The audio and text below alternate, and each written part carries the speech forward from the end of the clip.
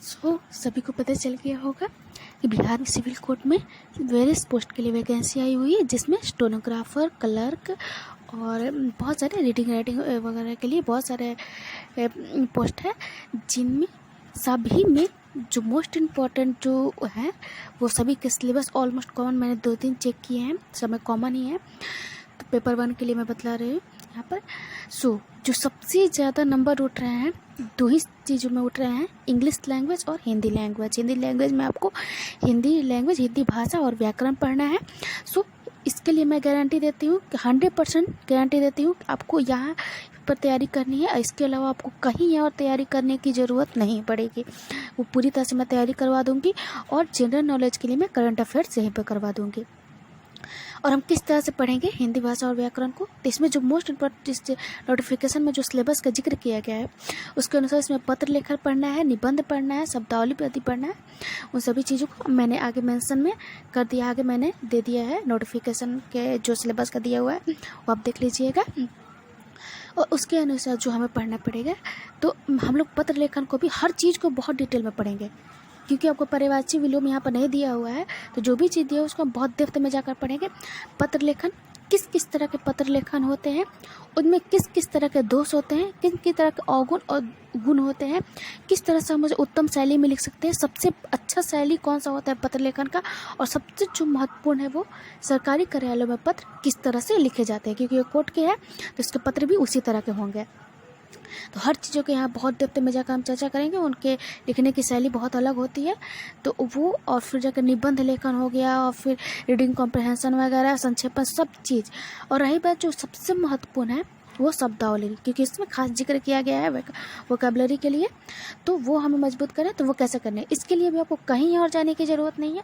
मैं जो भी सेशन लूँगी, जब पत्र लेखन का चलेगा तो 1 दिन नहीं चलेगा, वो 6 से 7 दिन में लिया जाएगा, क्योंकि हर चीज़ डेप्थ में जाकर पढ़ना है, क्योंकि वहाँ पर लिखना होगा आपको। तो आपको आना चाहिए सरकारी पत्र लिखना, हर तरह का पत्र लिखना आपको आना चाहिए, और कम से कम शब्दों में, चाहे वो निबंध हो चाहे कुछ भी हो, सभी चीज़ मैं कराऊंगी यहीं पर। और सबसे जो इम्पोर्टेंट है शब्दावली के लिए, कि मैं हर सेशन के अंत में आपको यहीं पर 5 या 10 वोकैबुलरी यानी शब्दावली दूंगी। कभी वो वाक्यांश होगा, कभी पर्यायवाची, कभी विलोम, क्योंकि आपको इस जो पर्यायवाची और वाक्यांश जो है ना, यही आपको मजबूत करते हैं आपको शब्दावली को। तो मैं हर चीज़ से 5 या 10 दूंगी, आपको कमेंट बॉक्स में इसका उत्तर देना है। अगर आपको नहीं आता है, आप देंगे कमेंट बॉक्स में, इधर उधर से खोजेंगे, देंगे, तो आपकी की प्रैक्टिस होगी। अगर आपको नहीं आता है कोई बात नहीं, मैं नेक्स्ट सेशन में उसका उत्तर दूंगी।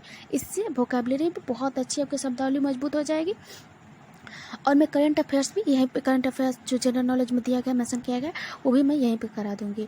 और हिंदी व्याकरण को आपको कहीं और जाने की ज़रूरत नहीं है, मैं इतने अच्छे से यहाँ डिटेल में जाकर आपको पढ़ाऊँगी कि आपको पत्र लेखन में भी आपको इतना तरीके का पत्र लेखन होगा, कौन कौन से गुण अवगुण उसके जो जिक्र होते हैं, और पुनरुक्ति को जो नहीं पुनरुक्ति यानी कि जो कहा जाता है कुछ में नहीं दोहराना है, बार बार एक ही बात को नहीं करना, संक्षेप में भी लिखना है।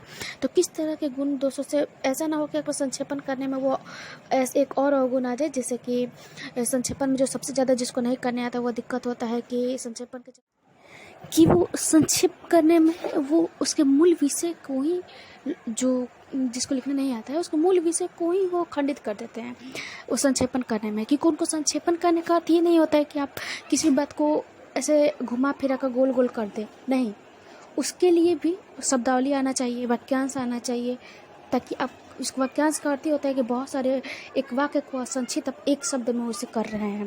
तो उसी तरह आपका शब्दावली मजबूत होगा, और उसको आपको शैली पता होगी संक्षिप्त करने की, तो वो भी एक शैली के तहत होती है, तभी आप उसे संक्षेपण कर पाएंगे।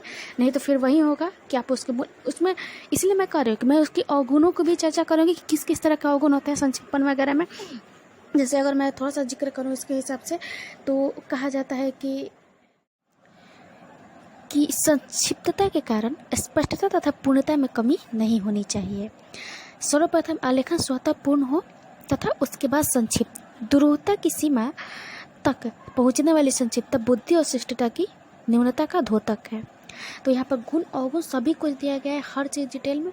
और कार्यालय पत्र व्यवहार के रूप में किन किन चीज़ों को सबसे पहले मूल रूप से देखा जाता है महत्वपूर्ण रूप में, जैसे शासन आदेश, अर्ध सरकारी पत्र, कार्यालय स्मृति पत्र, परिपत्र, प्रस्ताव, अनुस्मारक, अधिसूचना, इस तरह के हजार तरीके के बहुत सारे पत्र के तरीके होते हैं, शैली होती है, जो मैं आपको एक एक करके डिटेल में बहुत अच्छे से करवाऊंगी। बहुत सारी शैलियाँ दी गई हैं, वो उसके रूपरेखा को कैसे करना है, उसके सारांश को कैसे करना है, भाषा संबंधी सभी चीज़ को हम यहाँ पर करवा देंगे।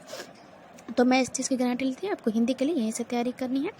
और करंट अफेयर्स जैसा कि मैं बोल चुकी हूँ, तो उसके लिए मैं एक अलग से सेशन लूँगी। और जहाँ तक हो सके अगर आपको अच्छा लगे सेशन, तो मैं कोशिश करूँगी कि मैं जनरल नॉलेज यहीं पर कवर कर सकूँ, क्योंकि जो मोस्ट इम्पॉर्टेंट है यही 2 चीज़ें हैं जो कि उसमें भी यानी कि सिलेबस में दिया हुआ है। और नेक्स्ट वीडियो से हम शुरू करेंगे, विस्तार से चर्चा करेंगे, सभी एक एक पत्र लेखन से शुरुआत करेंगे, उसके बाद निबंध करेंगे, फिर रीडिंग कॉम्प्रिहेंशन करने का सबसे अच्छा तरीका कौन सा होता है, उस चीज़ों के हम जिक्र करेंगे, और किन को रीडिंग कॉम्प्रिहेंशन के समय चीज़ों से बचना चाहिए, अब जल्दबाजी ना करें उसके जवाब देने में, और हर चीज़ों का सिलेबस के अनुसार डिटेल में चर्चा करेंगे। धन्यवाद।